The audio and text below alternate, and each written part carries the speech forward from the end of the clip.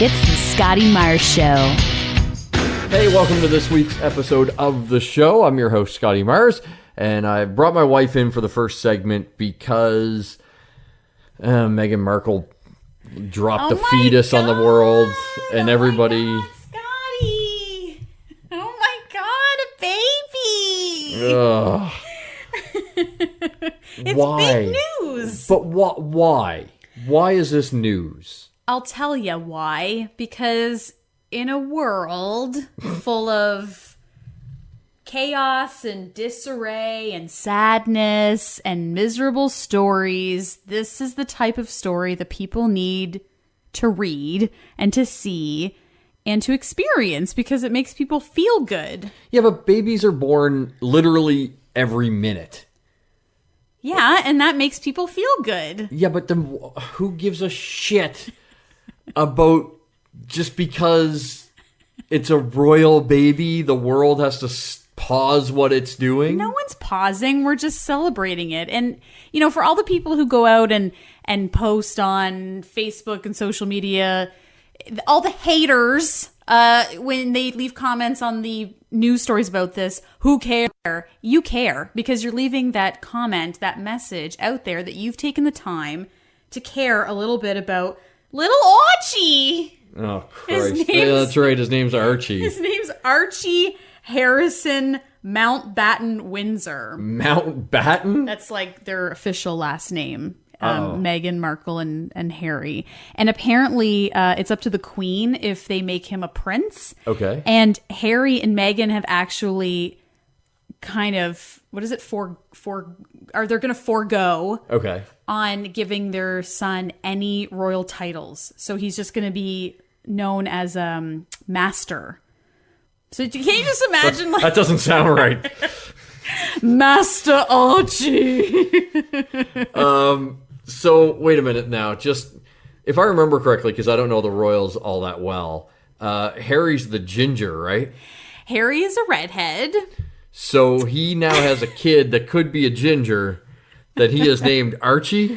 Yes, but can we just appreciate what a total power move that is, that a redheaded prince is so powerful, so like I don't give a fuck, that he would name his firstborn son Archie. Or he's so fucking stupid. Because if that kid wasn't royalty, guess who'd be getting the shit kicked out of him every lunch at school?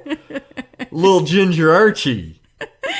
It is a little bit of a bizarre name. It was definitely not on the top of anyone's list, you know, like all the bookies. Yeah. They always take bets on what the name's going to be. And when the baby was born on Monday and released that it was a boy, everyone thought Alexander or James, more traditional names, maybe even Spencer, because it's Diana's maiden name. Right. And that would have been a nice tribute. And I think a little redheaded boy named Spencer, maybe some dark skin, a little bit of a tan, would be so cute. Maybe. But Archie, I don't know. This is not good. This is Lord Archie of Riverdale. You think of like the old Archie comics where Archie had like the cartoon on TV where he had red hair and black eyebrows. And freckles. There is a potential, because Meghan Markle's dark features or dark hair and eyebrows, that this kid could have red hair and dark eyebrows. This is just terrible. Now, I'm assuming because they're newlyweds and the royals like to procreate like there's no tomorrow, that they're going to have another one at some point. I think so. She's 37. He's 34, I believe. So they're getting up there. Yeah, she would have had what is called a geriatric pregnancy. Okay. Anytime after 30. It's coming. Oh, Lordy. I think I pissed myself. I got the pens before and after. I shouldn't have had so many prunes. Because you shit on the table. I did not know yes, that. That happens that's too. Great. So shit on the table. A lot of pressure. There is a lot of pressure. So if they have another one, can I place money on Jughead being the name now? This, honestly, you know what? You're right. It is a bit of a power move, but it's not a power move in the the way you're putting it and just kind of a cool power move. Yeah. This is like a fuck you to the world that I'm Prince Harry and I can do whatever I want. Which is fine by me. You can. That's why we have to celebrate this royal families. No. Because every now and then people will say, especially us Canadians, will say, why are we doing this? Why are we in the Commonwealth? Why do we need them? And in England, they're sucking taxpayers dry so that Meghan Markle can walk around in designer clothes and they can go on nice vacations. But they do work hard at doing community events. Come on, charity events and stuff.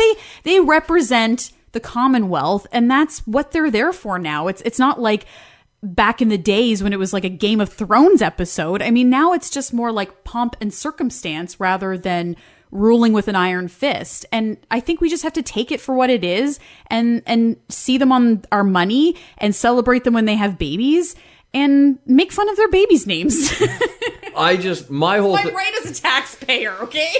My whole thing with the royals is I don't think we should celebrate somebody just because of the vagina they fell out of. I think we should celebrate people based on their accomplishments, not, just who they happen to be born by. Like if this Archie kid can't color inside the lines, then we shouldn't be celebrating them. Yeah, but we have to because it makes people feel good. I get what you're saying, and I don't disagree with you, but it makes people feel good in a world where they're like, literally, there was a school shooting today. I mean, kids are dying all the time. So if we can just step back for 1 minute and go, oh, what a cute baby. Oh, Archie. Oh, okay. Yeah. That's cute. And just kind of move on. Don't make a nasty comment. Like, who cares? Because people don't care necessarily. They care, but they're not like throwing away their lives to be devoted to the royals. We just want some happiness. You can find happiness on your own. And a bottle of Crown Royal. Exactly. Couple of drinks. I can recommend some websites and you'll have a very happy night with no royal babies getting in the way. In fact, you'll prevent some babies from being born. Royal knuckle babies. All right. Enough of this baby talk. Masturbation! Master Archie, Betty and Veronica have arrived for your date. Stupid. Okay, you and your baby talk, get out of here. I gotta talk about comic books. Before I talk about comics books, though, this story really caught my attention. If anybody out there has ever ventured to Costco any day of the week, parking is at a premium. And I saw this story and I thought, you know what, this really doesn't surprise me. It happened on Vancouver Island near Seattle. A woman was about to pull into a parking spot when another woman zipped in and stole it. So then they started arguing, and the woman who stole the spot was not going to give it up and was actually going to defend it with a machete. She reached into her car, pulled out a machete, acted like she was about to swing it. So the other woman obviously backed off, called the cops. The police were able to identify the machete-wielding woman, and she only agreed to be interviewed after she saw the story on the news. She was like, oh, shit, I'm in trouble. I better go talk to the cops. I would love to have been in on that interview. Why are you driving around with a machete in your car? And the only thing I can think of is she was this desperate to get a parking spot. She was armed to the teeth. She had to be going to Costco on a Sunday. There's no way around it. That was a Sunday shopper all day long. Now time for the off story of the week. Off stands for oh for fuck's sakes. Just a story. When you see the headline, that's your reaction. And this one definitely kind of made me go, oh, for fuck's sakes.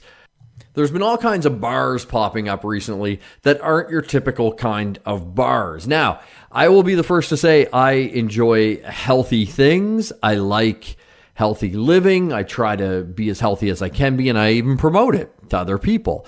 Try and help them maybe make some changes in their life that are a bit healthier. I do, however, think we need outlets. We don't need to be 100% healthy all the time. And for me, I would, every now and then, I like going out with my wife. There's a couple of restaurants in town that make fantastic cocktails. I have a couple of mixed drinks. I feel pretty good. Makes the dinner a little special. We usually don't have a healthy dinner with it. And the whole night is fun. I wouldn't want that to change. And I think sometimes, there's this trend or attempt to take something that's healthy, make it taste good or taste unhealthy so that people will eat it or drink it. And then sometimes that works. I don't think that works with cocktails. Cocktails should be cocktails, not healthy. And there's all these bars popping up in the States that they don't serve alcohol. They still call themselves bars, and they still serve, highballs, mixed drinks. But instead of using whiskey or vodka, they use mocktail ingredients like coconut milk and elderflower syrup. Like, I go to a bar, I want to have a drink, like a real drink, I don't want to sit there and go, oh, can I get that fake old-fashioned extra elderflower syrup, please? Come on. This is lamer than lame. Just make good, healthy drinks, but don't try to make them cocktails. Let drinks be drinks, healthy drinks be healthy drinks. On to the geek news of the week. We got some good news from the folks at Disney. They have announced the next Star Wars trilogy. It will not be related to the Skywalker saga. That will wrap up, obviously, with Episode 9. However, we are getting a new Star Wars trilogy, and they gave us the dates. The first one will be dropping in 2022. 2 years later, we'll get the second episode in 2024, and then the final episode of that trilogy in 2026. Now, that's quite a ways away, but a lot could change between now and then, but hopefully it's true.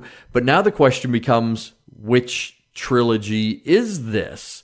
Because they previously announced that Rian Johnson, the guy that did The Last Jedi, the less we talk about that, the better.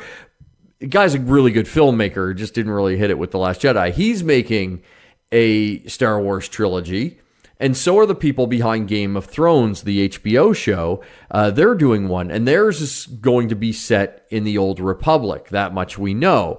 So either of those trilogies could be what is going to fall into these dates. Disney has not announced that yet. They were flat out asked, and they said they're not sharing that in time. So we'll have to wait and see, but we do know there's more Star Wars on the way, which is a very, very good thing. If you have not checked out the Spider-Man Far From Home trailer yet, I highly recommend you do so, only if you've seen Avengers Endgame. It is loaded with spoilers for Avengers Endgame, but I will say the trailer definitely hits the emotional tone that you kind of need for the next movie coming out of Endgame, and the trailer was fantastic. I was excited to see Far From Home, but after seeing this trailer, I am stoked to see Far From Home. I really think it looks like a giant step forward for the Spider-Man character. The only thing I didn't like in the trailer is it seems like they're trying to shoehorn in a bunch of Spider-Man costumes, like pulling from the comics. Like there's one that looks very inspired by Spider-Man Noir and stuff like that. And they did that in Spider-Man, across the multiverse movie and stuff like that. But to me, in this movie, it seems like they're shoehorning them in almost to sell more toys. And I know that's part of the game, but still, it just, even in the trailer, I was kind of like, why does he have a black suit there? And it's not the Venom suit. It's But outside of that, that's my only little gripe. You got to check out the trailer after you've seen Avengers Endgame. Sticking with Marvel, Wesley Snipes tweeted out a picture of himself on a motorcycle looking very much like Blade, and the only thing on it was, caption this, #Blade. So is he returning as the half-man, half-vampire Daywalker? No one knows. Wesley has been kind of lobbying for it a little bit, not all the time, but he's definitely thrown it out there that he is game to play Blade at least one more time. And I, for one, totally support it.